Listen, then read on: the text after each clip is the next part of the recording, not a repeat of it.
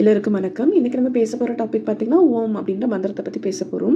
சமீப காலமாக இது ரொம்ப பிரபலமாயிட்டே வருது. இந்த தியானத்தை பற்றியும் மக்கள் எப்படி மெடிடேஷன் பண்ணணும், எப்படி தியானம் பண்ணணும், இந்த ஓம்ன்ற மந்திரம் எப்படி உபயோகிக்கணும் அப்படின்னு சொல்லிட்டு அதை பற்றி நிறைய விழிப்புணர்வு விஷயங்கள்லாம் நடந்துகிட்ருக்கு. பெரியவங்க மட்டும் இல்லைங்க, சின்ன பசங்களும் இந்த விஷயத்தை பற்றி ரொம்ப விஷயமாக தெரிஞ்சுக்கணும்னு அவளாக இருக்காங்க. ஆரம்ப காலத்துலலாம் பார்த்திங்கன்னா பெரியவங்க மட்டும்தான் இந்த ஓம்ன்ற மந்திரத்தை பற்றி ரொம்ப ஈடுபாடாக சொல்லிட்டு இருப்பாங்க. அதுவும் ஆன்மீகத்தில் ரொம்ப ஈடுபாடு இருக்கிறவங்க மட்டும்தான் இந்த மாதிரி மந்திரம் தியானம் அப்படின்ற வழிகளை வந்துட்டு இருந்தாங்க. ஆனால் சமீப காலத்தில் சின்ன பசங்கள்லேருந்து பெரியவங்க வரைக்கும் எல்லாருமே இந்த தியானம்ன்றது ஒரு இம்பார்ட்டன்ட் திங்ஸாக எடுத்துக்க ஆரம்பிச்சிட்டாங்க. இப்போ சின்ன பசங்க அப்படின்னு எடுத்துக்கிட்டோம்னா, இப்போ ஸ்கூல் படிக்கிற பசங்களுக்குலாம் பார்த்தீங்கன்னா ஒரு படிப்பில் கான்சன்ட்ரேஷன் பண்ணணும், இப்போ டீச்சர் சொல்கிறதெல்லாம் நல்ல கிளியராக புரியணும் அப்படின்னா என்னோட மனசு நான் சொல்கிறத கேட்கணும் அப்படின்றதுக்காக தியானத்துக்கு இம்பார்ட்டன்ஸ் கொடுக்குறாங்க. ஈவன் சில ஸ்கூல்லலாம் பார்த்தீங்கன்னா தியான வகுப்பே அவங்க வச்சு தனியாக நடத்துகிறாங்க பசங்களுக்காக, வாரத்தில் ஒரு கிளாஸ் அப்படின்னு. அதெல்லாம் கூட ரொம்ப நல்ல விஷயம். இப்போ நம்மளோட ஆத்மாவுக்குள்ளே நம்ம எப்படி பேசுறது அப்படின்றத ஒரு வெளிக்கொண்டு வர விஷயம் தான் இந்த மெடிடேஷன் அப்படின்னு சொல்கிறது.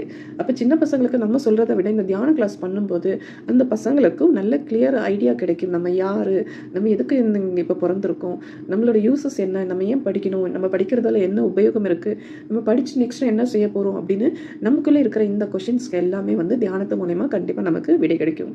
இதுவே பெரியவங்க காலேஜ் படிக்கிறவங்களா இருந்தோம்னா ஒரு மனசு ஒரு குழப்ப நிலையில் இருக்குது, ஒரு விஷயம் என்னால் தெளிவாக எடுக்க முடியல, மேற்கொண்டு என்ன படிக்கணும்னு தெரியல, இல்லை அடுத்தது கல்யாணம் எப்போ பண்ணணும்னு தெரியல, லைஃப் எப்படி செட்டில் ஆகுறதுன்னு தெரியலன்னு ஏகப்பட்ட கவலைகள் இருந்ததுன்னா அப்போ நீங்கள் மெடிடேஷன் உங்களுக்கு நல்ல விளக்கம் கொடுக்கும்.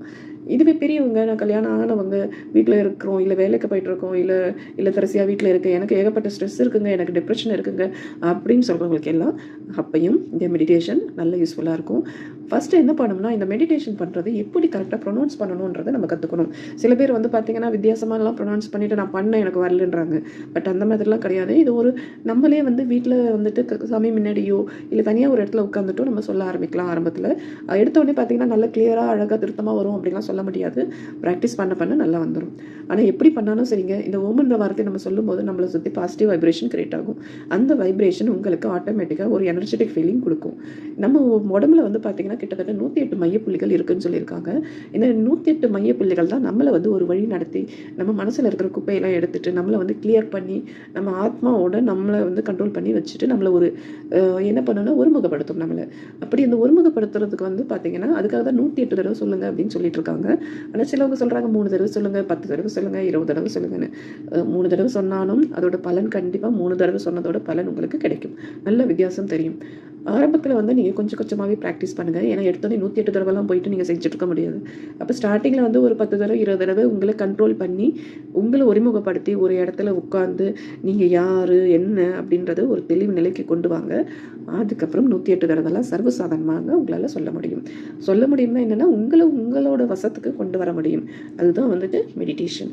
எப்போ நீங்கள் அந்த லெவலுக்கு வரீங்களோ அப்பயும் நீங்கள் மெடிடேஷன் உள்ள என்டர் ஆகிட்டீங்க அப்படின்னு அர்த்தம். இது சம்மந்தப்பட்டது காடு சம்மந்தப்பட்டது இல்லைன்னு நம்ம சொல்லிட்டோம். அடுத்தது பார்த்தீங்கன்னா நிறைய பேர் வைக்கிற கொஷின் இந்த ஓம்ன்ற மந்திரம் எந்த டைமில் சொல்லணும், எல்லா டைமும் சொல்லலாமா, சிலவங்க காலையில் மட்டும் தான் சொல்லணுன்றாங்க, சிலவங்க ஈவினிங் தான் சொல்லணுன்றாங்க, சிலவங்க எந்த டைமில் வேணால் சொல்லலாம்னு சொல்கிறாங்க. இதுக்கு எந்த டைமில் சொன்னால் எனக்கு பலன் அதிகமாக கிடைக்கும் அப்படின்ற கொஷின் நிறைய பேர் வைக்கிறாங்க. ஆக்சுவலாக இந்த ஓம் சாந்தி இந்த ஓம்ன்ற இந்த சாண்டிங் பார்த்தீங்கன்னா நீங்கள் எந்த டைமில் வேணால் சொல்லலாங்க. ஆனால் என்ன பண்ணணும்னா காலையில் பண்ணிங்கன்னா உங்களோட மைண்ட் ஆல்ரெடி ரிலாக்ஸ்டாக இருக்கும் அந்த டைமில். அப்போ சொல்லும்போது உங்களுக்கு நல்ல கிளியராக மெடிடேஷன் பண்ண முடியும். அதனால தான் யோகா கிளாஸ்லாம் கூட பார்த்தீங்கன்னா மெடிடேஷன் சொல்கிறதுக்கு இது யூஸ் பண்ணிக்கிறாங்க. ஏன்னா காலையில் நீங்கள் பண்ணும்போது உங்கள் மைண்டு உடம்பு எல்லாத்தையுமே நீங்கள் ரெகுலேட் பண்ண முடியும். அப்போ அன்றைக்கி ஃபுல்லாக உங்களுக்கு பாசிட்டிவ் எனர்ஜி கிரியேட் ஆகி ரொம்ப எனர்ஜெட்டிக்காக நீங்கள் ஃபீல் பண்ணுவீங்க. அதனால் மார்னிங் தான் அவங்க சொல்லிட்டு இருக்காங்க. பட் எனி டைம் நம்ம செய்யலாம். இன்னொன்று இந்த இது சொல்லும்போது பார்த்திங்கன்னா நம்ம முன்னாடியே பார்த்தோம், இது வயசு வித்தியாசத்துக்கு சம்மந்தப்பட்டது இல்லை.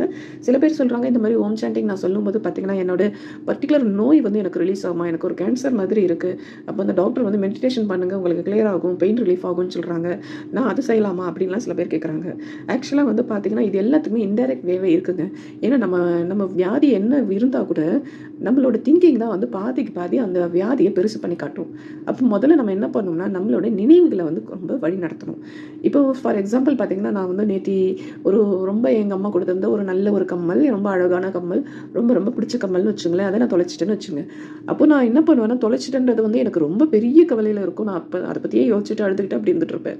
அப்போ நான் மெடிடேஷன் பண்ணும்போது என்ன ஆகும் அப்படின்னா, ஃபஸ்ட்டு வந்து அதை விட்டு கொஞ்சம் கொஞ்சமாக ரிலீஸ் ஆகி வரும். முதல்ல அழுக நிற்கும், ஏக்கம் நிற்கும்.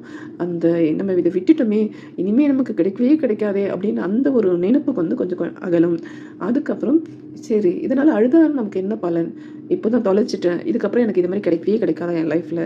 சரி, கிடைக்கவே கிடைக்காது அப்படின்னா அப்புறம் நான் எதுக்காக அழணும்? இதனால் எனக்கு என்ன? இது எனக்கு எந்த அளவு பாதிப்பு இது பண்ணுச்சு?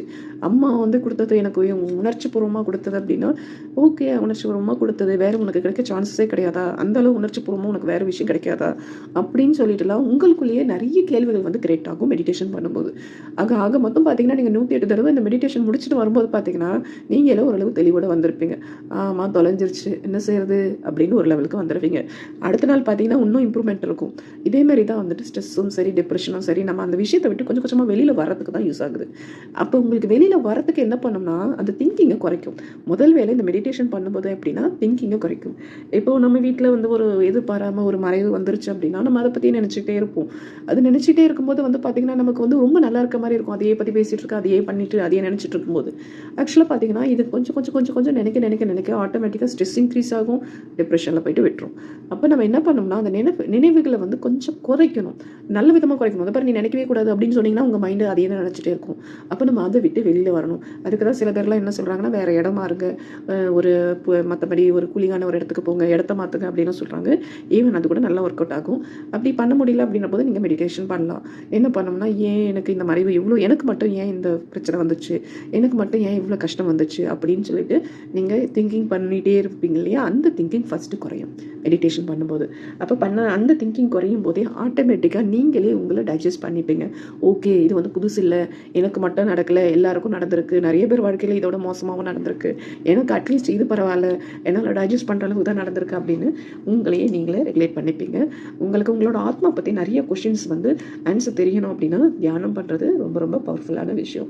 இது வந்து ஸ்டார்ட் பண்ணும்போது சில பேர் சொல்கிறாங்க, நான் கிளாஸ்க்கு போயிட்டு பண்ணிட்டு தான் வரணும், நானே வந்து பண்ணக்கூடாது அப்படிலாம் சொல்கிறாங்க. அப்படிலாம் இல்லைங்க.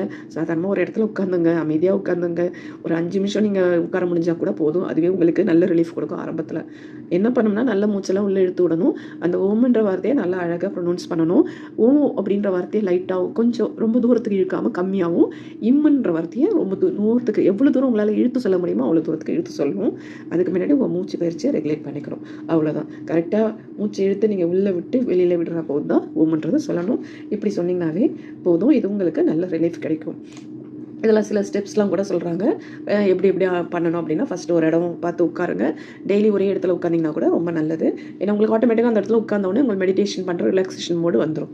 அதுக்கப்புறம் நீங்கள் டைம் செட் பண்ணுங்கள். இன்றைக்கி நான் 10 நிமிஷம் பண்ண போகிறோம் அப்படின்னா 10 நிமிஷத்துக்கு ஒரு அலாரம் செட் பண்ணிங்க. அப்புறம் உங்கள் பாடியை நல்லா ஸ்ட்ரைட்டாக ரிலாக்ஸ் பண்ணிங்க. ரொம்ப டைட்டான ட்ரெஸ்ஸு, உறுத்துற ட்ரெஸ்ஸு அது மாதிரிலாம் பண்ண தேவையில்லை.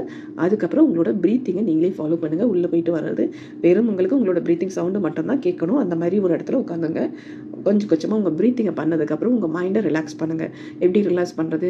இன்றைக்கி என்ன கிழமை, நான் இங்கே உட்காந்துருக்கேன், ஓகே, எனக்கு எந்த பிரச்சனையும் இல்லை, நான் ரிலாக்ஸ்டாக இருக்கேன்னு நீங்களே உங்களை ஆசுவாசப்படுத்துங்க. அதுக்கப்புறம் ஓம்ன்ற வார்த்தையை சொல்ல ஆரம்பிங்க. அவ்வளோதான். சில பேருக்கு அந்த கான்சன்ட்ரேஷன் வரதுக்காக என்ன பண்ணுவாங்கன்னா, கண்ணை மூடிட்டு கூட சொல்லுவாங்க. ஓகே, அது கூட நீங்கள் பண்ணலாம். கையெல்லாம் நல்லா ரிலாக்ஸ்டு ஒரு பொசிஷனில் தொலைப்பக்கமாக வச்சுக்கிட்டிங்கன்னா ரொம்ப ரொம்ப ரிலாக்ஸ்ட். இந்த மாதிரி வச்சுட்டு சொல்ல ஆரம்பிச்சிங்கன்னா ஆட்டோமேட்டிக்காக உங்களுக்கு நல்ல பலன் கிடைக்கும். அவ்வளோதாங்க. இதுதான் ஓமோட பேசிக் மந்திரம் பற்றி இன்ஃபர்மேஷன். உங்களுக்கு இன்னும் நிறைய விஷயம்லாம் தெரியும்னா நிறைய வீடியோஸ் இதை பற்றி சொல்லியிருக்காங்க. இன்னும் நம்ம தொடர்ந்தும் பேசுவோம். எல்லாருக்கும் இந்த வீடியோ ரொம்ப பிடிச்சிருக்குன்னு நினைக்கிறேன். உங்களோட கொஷின்ஸ் ஏதாவது கமெண்ட்ஸில் பண்ணுங்கள். அடுத்த தடவை வேறு ஒரு வீடியோவோட திரும்ப சந்திப்போம். அது வரைக்கும் எல்லாருக்கும் வணக்கம்.